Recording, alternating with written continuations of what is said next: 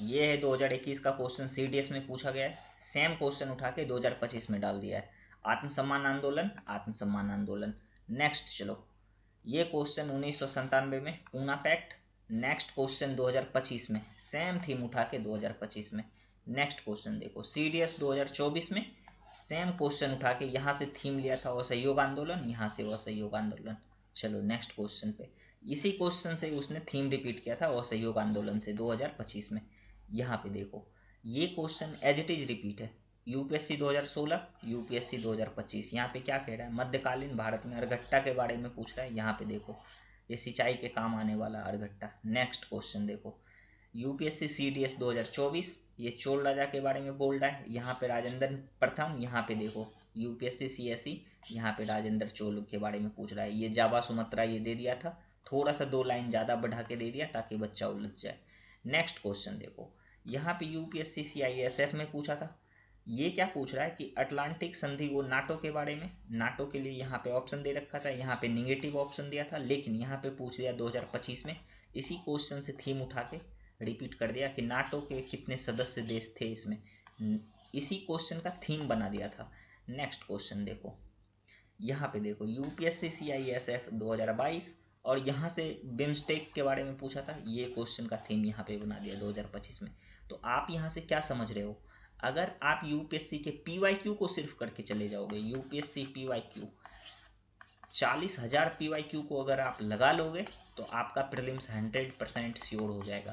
जय Hind to everyone, welcome back to UPSC PYQ series, जहाँ पे हम लोग देख रहे हैं यूपीएससी के 40,000 प्लस क्वेश्चन को, जो कि यूपीएससी सीडीएस, सीएपीएफ और उसके जितने भी एग्जाम हैं उन सभी एग्जाम में जो क्वेश्चन पूछे हुए हैं, प्लस उस क्वेश्चन में जैसे ए बी सी डी ये 4 ऑप्शन आते हैं, इस ऑप्शन का भी 360 डिग्री एनालिसिस करते हैं। प्लस इस ऑप्शन के बाद इस क्वेश्चन में जो भी कीवर्ड होते हैं, कीवर्ड का एनालिसिस भी करते हैं। तो आप लोग पेन पेपर निकाल के नोट बनाते जाओ, और ये वाला हैंड नोट ये जो मैं बना रहा हूँ ये टेलीग्राम चैनल पे मिल जाएगा। तो देखो, क्वेश्चन नंबर 1 से 35 तक तो कंप्लीट करवा दिए थे, और अभी यूपीएससी पीवाईक्यू में ये कौन सा सेट चल रहा है, 2024 का सेट चल रहा है। तो यहाँ से आज शुरू करेंगे 36 नंबर से। तो यहाँ पे देखोगे ना, ये क्या बोल रहा है, निम्नलिखित में से किसमें हाइड्रोजेल का प्रयोग होता है। अब इस क्वेश्चन के बारे में, ये 36 नंबर का जो क्वेश्चन है, इसको जब हम देख रहे थे, इसका जब 360 डिग्री एनालिसिस कर रहे थे, तो हमें अलग अलग आर्टिकल में अलग अलग चीज़ देखने के लिए मिला। जैसे कि अगर हम यूपीएससी का आंसर देखेंगे तो यूपीएससी के आंसर की में सिर्फ केवल एक को दिया है, मतलब केवल ये बोल रहा है, लेकिन अलग अलग जितने भी कोचिंग का आंसर की था, प्लस जितने भी गूगल पे आर्टिकल पढ़े हुए थे, मैंने सबको पढ़ा। तो मुझे पता चला कि हाइड्रोजेल का प्रयोग इसमें भी होता है और इसमें भी होता है, लेकिन यूपीएससी इस वाले को सिर्फ सही मान रहा है। और हमने आपको पहले भी बताया था कि कोई भी टेक्नोलॉजी है तो उस टेक्नोलॉजी का अपार संभावना होता है। इसका प्रयोग अभी रोगी के नियंत्रित औषधि डिलीवरी में कर रहा है, हो सके कल को टेक्नोलॉजी चेंज हो जाए और उसी हाइड्रोजेल का प्रयोग इसमें भी होने लगे और इसमें भी होने लगे। तो एग्जामिनर ने इस वाले क्वेश्चन का आंसर कैसे दिया, आई डोंट नो। बहुत सारे कोचिंग वाले भी इस क्वेश्चन पे अपना अपना आंसर निकाले, लेकिन एंड द एंड में आंसर किसका सही माना जाएगा, यूपीएससी का ही। तो अभी इसको सिर्फ एक मानते हैं, मतलब केवल एक सही है। इस क्वेश्चन से हम सीखेंगे क्या क्या, वो लिख लो यहाँ पे, अब नोट डाउन करना शुरू करो आप लोग। तो सबसे पहला हम देखेंगे कि हाइड्रोजेल का प्रयोग रोगी के इसमें तो करते ही हैं, नियंत्रित औषधि डिलीवरी में तो हाइड्रोजेल का प्रयोग होता है। लेकिन आप देखोगे ना, चल वातानुकूलित मतलब एयर कंडीशनिंग के बारे में बोल रहा है, एयर कंडीशनिंग सिस्टम जिसको एसी बोलते हैं हम, तो डायरेक्ट हम लिखते हैं यहाँ पे एसी, समझ जाओगे ना आप। तो एसी में इसका प्रयोग क्या होता है पता है, ये नमी को अवशोषित करता है। अगर कहीं पे आ जाए नेक्स्ट ईयर हाइड्रोजेल का उपयोग एसी में क्या होता है, तो ये नमी को क्या करता है, नमी को अवशोषित करता है।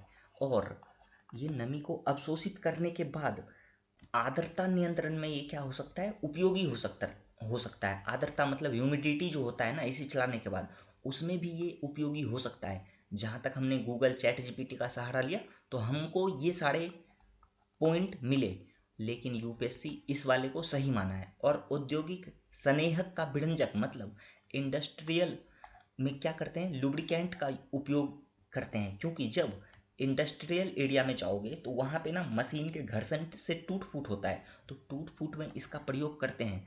लेकिन अगेन वही बात कि यूपीएससी ने सिर्फ इसको माना है तो यही आंसर सही है, लेकिन हमने इन तीनों के बारे में पढ़ा तो मेरे अकॉर्डिंग ये वाला आंसर है और यूपीएससी के अकॉर्डिंग ये वाला आंसर है। भले इस नॉलेज को ग्रैब कर लोगे, लेकिन जो यूपीएससी माना है उसी को सही मानना, ठीक है। चलो अब नेक्स्ट क्वेश्चन पे चलते हैं, क्वेश्चन नंबर 37। क्वेश्चन नंबर 37 को आराम से पहले पॉज करो, उसके बाद हम जो बताएंगे उसको सुनना। तो आपने पॉज करके अटेम्प्ट कर लिया होगा। यहाँ पे क्या बोल रहा है, कौन सा हाइड्रोजन द्वारा चलित फ्यूल, अब देखो, से इलेक्ट्रॉनिक वाहन से निकलने वाला निर्वात नली से उत्सर्जन होता है। अब जैसे हाइड्रोजन से जो भी व्हीकल चलता है, जब वो चलता है ना तो उसके पीछे देखना, उसका जो ऐसा गाड़ी का साइलेंसर होता है उससे पानी टपकते रहता है।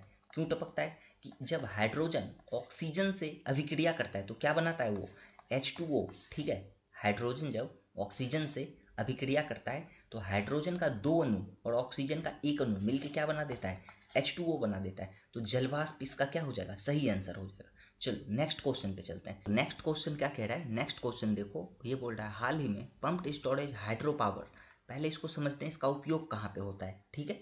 उसके बाद ये 4 ऑप्शन दे रहा है, सीढ़ीदार खेतों की सिंचाई में, ठीक है, ऊर्जा, दीर्घ ऊर्जा विधि, ऊर्जा भंडारण में, और क्या बोल रहा है, ये धान अनाज फसलों की उत्थान सिंचाई में और वर्षा जल संचयन में। देखो ये होता क्या है, पंप स्टोरेज हाइड्रो पावर जो शब्द है ना, ये वास्तव में उचित रूप से क्या करता है, लॉन्ग टाइम के लिए ऊर्जा का भंडारण करता है। मतलब दीर्घ अवधि के लिए ऊर्जा का क्या करता है, भंडारण करता है।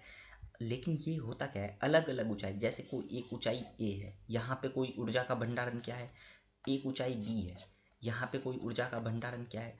तो कहने का मतलब ये है कि ये पंप स्टोरेज हाइड्रो पावर जो है अलग अलग ऊंचाई पे ऊर्जा का भंडारण करता है। अब अगर स्टेटमेंट आ जाए ना कि एक ही ऊंचाई पे ऊर्जा का भंडारण करता है, तो ऐसा नहीं है, अलग अलग ऊंचाई पे ऊर्जा का भंडारण करता है।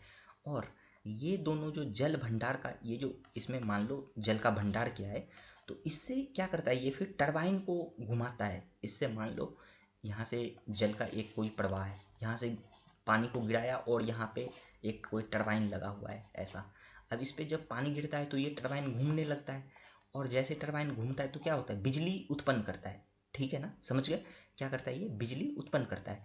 तो दीर्घ ऊर्जा के लिए ये क्या कर रहा है, दीर्घ लॉन्ग टाइम के लिए ऊर्जा का भंडारण कर रहा है। तो इसका आंसर क्या हो जाएगा, ऑप्शन सी।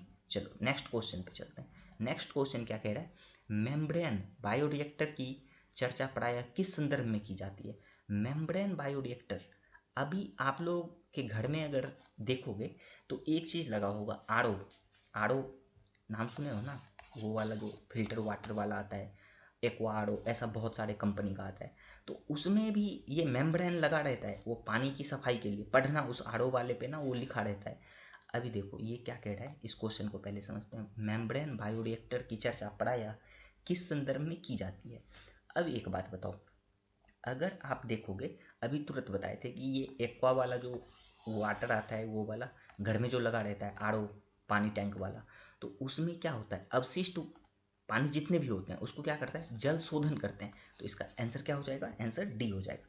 इसका क्या काम होता है कि ये उपचार करता है, पानियों का उपचार करता है, सूक्ष्म जीव से, अवशिष्ट से, जितने भी हैं, जैसे कोई अवशिष्ट है, XYZ कोई अवशिष्ट होगा धरती के अंदर का जो पानी आया, उसको ये फिल्टर करता है, पीने के लिए बनाता है। या फिर कोई सूक्ष्म जीव है, उसको भी ये हटाता है और पानी को क्या करता है, पीने के लिए बनाता है। तो मेम्ब्रेन बायोरिएक्टर का प्रयोग किस लिए होता है, अवशिष्ट जल शोधन प्रक्रिया में। चलो नेक्स्ट क्वेश्चन पे चलते हैं। भारतीय अर्थव्यवस्था के संदर्भ में, अच्छे एक मिनट देखो, इकोनॉमी का कोई भी क्वेश्चन आता है ना, इकोनॉमी का, उसको ट्राई करो इंग्लिश में पढ़ने का।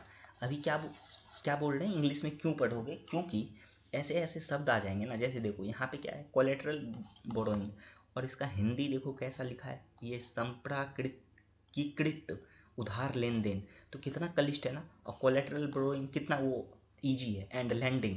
तो ये इकोनॉमी और प्लस साइंस टेक का जितने भी क्वेश्चन आते हैं उसको कोशिश करो कि आप इंग्लिश में पढ़ो, ज़्यादा समझ में आएगा।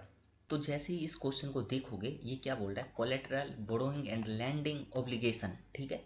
मतलब ये कोलेटरल CBLO, अगर इसको पढ़ोगे तो CBLO पढ़ो, ठीक है, CBLO। ये किससे संबंधित होता है, ये होता है मनी मार्केट से संबंधित। और इसमें क्या होता है पता है, CBLO उधारकर्ता और ऋणकर्ता के बीच, मान लो कोई एक उधारकर्ता है A और ऋण करता है बी। उधारकर्ता ए और बी के बीच ये एक तरह का समझौता होता है, मतलब एक तरह का एग्रीमेंट जिसको बोलते हैं, एक तरह का समझौता है दोनों के होता है। अब इससे होता क्या है, उधारकर्ता और ऋणकर्ता से नकदी प्राप्त करने के बदले ये CBLO प्रदान किया जाता है। समझ में आया CBLO क्या होता है? मतलब ये मनी मार्केट से संबंधित है, हमेशा ध्यान रखना। CBLO है किससे संबंधित? मनी मार्केट से। हालांकि ये सारे मार्केट को इकोनॉमी में नहीं पढ़े हो तो डिटेल से पढ़ो, बॉन्ड मार्केट क्या है, स्टॉक मार्केट क्या है, फॉरेक्स मार्केट क्या है, ठीक है, ये सब को पढ़ो। अच्छा, यहाँ से हम आपको एक HW देते हैं, ठीक है, मनी मार्केट, ठीक है, और फिर अगर यहाँ पे हम लिख दें कैपिटल मार्केट, कैपिटल मार्केट, आप लोग बताना दोनों में अंतर क्या है, कैपिटल मार्केट में और मनी मार्केट में। नेक्स्ट क्वेश्चन क्या कह रहा है, क्वेश्चन नंबर 41, ये बोल रहा है किसी अर्थव्यवस्था में कुल प्रजनन दर को किस रूप में परिभाषित किया जाता है। टोटल फर्टिलिटी रेट पूछ रहा है इकोनॉमी के टर्म में कि कैसे इसको डिफाइन करते हैं। मतलब अगर जैसे कि फर्टिलिटी रेट है क्या, कुल प्रजनन दर क्या है, यहाँ पे अगर ऑप्शन देखोगे ये क्या बोल, एक वर्ष में जनसंख्या में प्रति 1000 व्यक्तियों पर जन्म लेने वाले बच्चों की संख्या।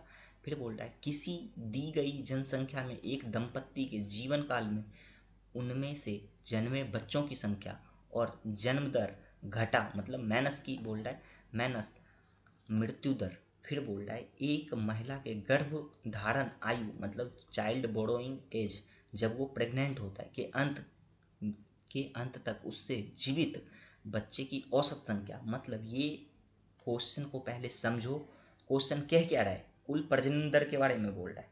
तो कुल प्रजनन दर में क्या होता है, एक महिला की गर्भ धारण आयु, ठीक है, एक महिला की गर्भ धारण आयु चाइल्ड बोरोइंग एज के अंत में उनमें से जीवित बच्चों की औसत संख्या ही क्या कहलाती है, कुल प्रजनन दर कहलाता है। ठीक है, समझ में आ गया होगा क्या है कुल प्रजनन दर।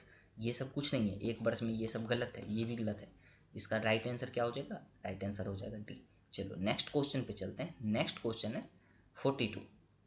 अब देखो 42 में क्या कह रहा है, निम्नलिखित पर विचार कीजिए और इनमें से कौन सा सही है। पहले ये भी पढ़ा करो सही पूछ रहा है या गलत पूछ रहा है। अब अगर यहाँ पे पढ़ेंगे, स्टेटमेंट को आराम से पढ़ो, और ये क्वेश्चन किस चीज़ का है, इकोनॉमी का है, तो कोशिश करो इसको इंग्लिश में पढ़ने का, इंग्लिश में, क्योंकि बेटर समझ में आएगा। ये कह रहा है in India non banking financial company can access the liquidity adjustment. अच्छा, ये बोल रहा है LAF के बारे में बोल रहा है, LAF विंडो फैसिलिटी जो होता है बैंक के बारे में, उसके बारे में बोल रहा है, और ये पूछ रहा है कि इसमें कौन सा सही है। अब यहाँ पे अगर देखोगे ना तो ऑप्शन क्या क्या ये दे रखा है, यहाँ पे देखो, ये पहले दे रखा है कि भारत में विदेशी संस्थागत, मतलब FII के बारे में बोल। आप लोग अगर इकोनॉमी पढ़े होंगे फिर आपको पता होगा FPI और FII में क्या अंतर है। आप लोग बता सकते हो किसमें 10% से ज़्यादा इन्वेस्टमेंट करेंगे तो इसको कहाँ रखेंगे, FPI में रखेंगे, FII में रखेंगे, कहाँ रखेंगे, आप लोग बताना। फिर क्या बोल रहा है, in India stock exchange can offer separate trading platform for debts. अब यहाँ पे अगर ध्यान से इसको पढ़ोगे ना, आंसर 1, 2 और 3, ये तीनों 1, 2 और 3 ये सारे थे, ये भी सही है और ये भी सही है, मतलब ये तीनों कथन सही है। चलो नेक्स्ट क्वेश्चन पे चलते हैं। नेक्स्ट क्वेश्चन कह रहा है in India which of the following can trade in corporate bonds and government security. अब यहाँ पे बोल रहा है कि सरकारी प्रतिभूति, कॉर्पोरेट बॉन्ड और सरकारी प्रतिभूति में कौन कौन से व्यापार कर सकते हो। तो जैसे देखोगे ना, इंश्योरेंस कंपनीज वाले में भी व्यापार कर सकते हो, पेंशन फंड वाले में, और रिटेल इन्वेस्टर फंड में भी कर सकते हो। मतलब इसका तीनों का तीनों क्या हो जाएगा, सही हो जाएगा, ऑल राइट हो जाएगा।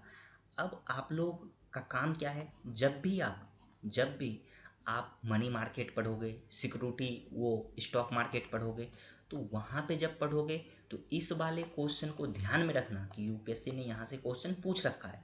तो बार बार जब आप यूपीएससी के क्वेश्चन को रिलेट करते जाओगे तभी तो आपको PYQ पे कमांड आएगा।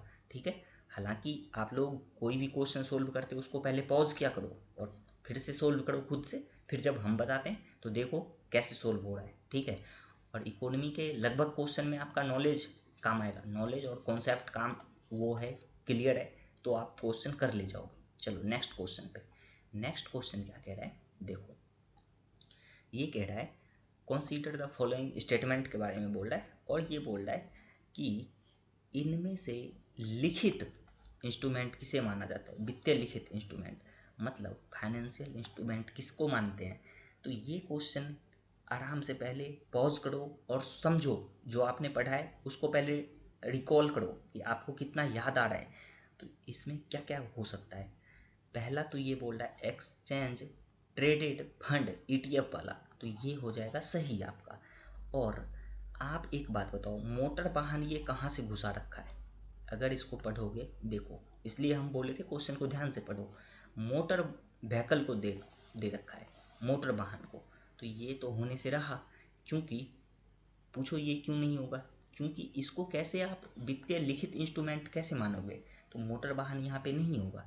और करेंसी स्वैप, तो करेंसी स्वैप इकोनॉमी का आप जैसे ही टर्म पढ़ोगे तो करेंसी पढ़ोगे, बॉन्ड पढ़ोगे, सिक्योरिटी पढ़ोगे, तो इसमें आपको ऑड कौन सा लग रहा है, मोटर व्हीकल। तो मतलब ये हो जाएगा गलत और ये दोनों हो जाएगा सही। कहने का मतलब 1 और 3 कहाँ पे है, तो option number D is the right answer. चलो नेक्स्ट क्वेश्चन पे बढ़ते हैं।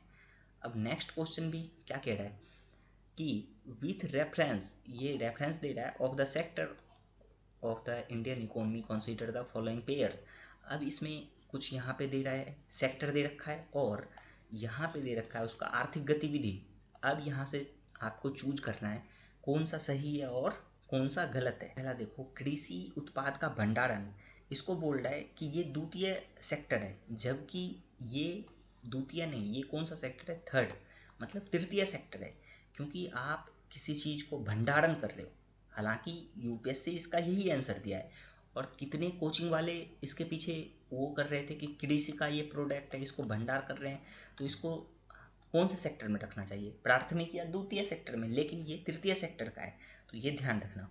और डेयरी फार्म जो है, डेयरी फार्म ये है प्राथमिक सेक्टर, ठीक है, ये वाला प्राथमिक सेक्टर है। जब आप इकोनॉमी में सेक्टर पढ़ते हो तो आपको पता होगा पहला सेक्टर क्या है, दूसरा क्या है और तीसरा क्या है। और आप लोग एक HW बताओ, फोर्थ सेक्टर कौन सा है वो भी बताना, ठीक है। उसके बाद क्या बोल रहा है, खनिज की खोज। अब खनिज की खोज यहाँ पे दे रहा है तृतीय सेक्टर।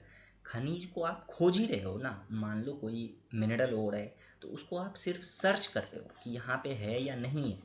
हालांकि ये देखने में तो ऐसा लगता है कि सेवा दिया जा रहा है, लेकिन क्या कर रहे हो आप, जीरो से शुरू कर रहे हो, मतलब प्राथमिक सेक्टर से शुरू कर रहे हो। यहाँ पे ये दे रखा है टर्सरी सेक्टर, लेकिन यहाँ पे क्या हो जाएगा, प्राथमिक सेक्टर, मतलब यहाँ पे प्राइमरी सेक्टर होगा, ठीक है, समझ रहे हो ना, ये प्राइमरी सेक्टर होगा।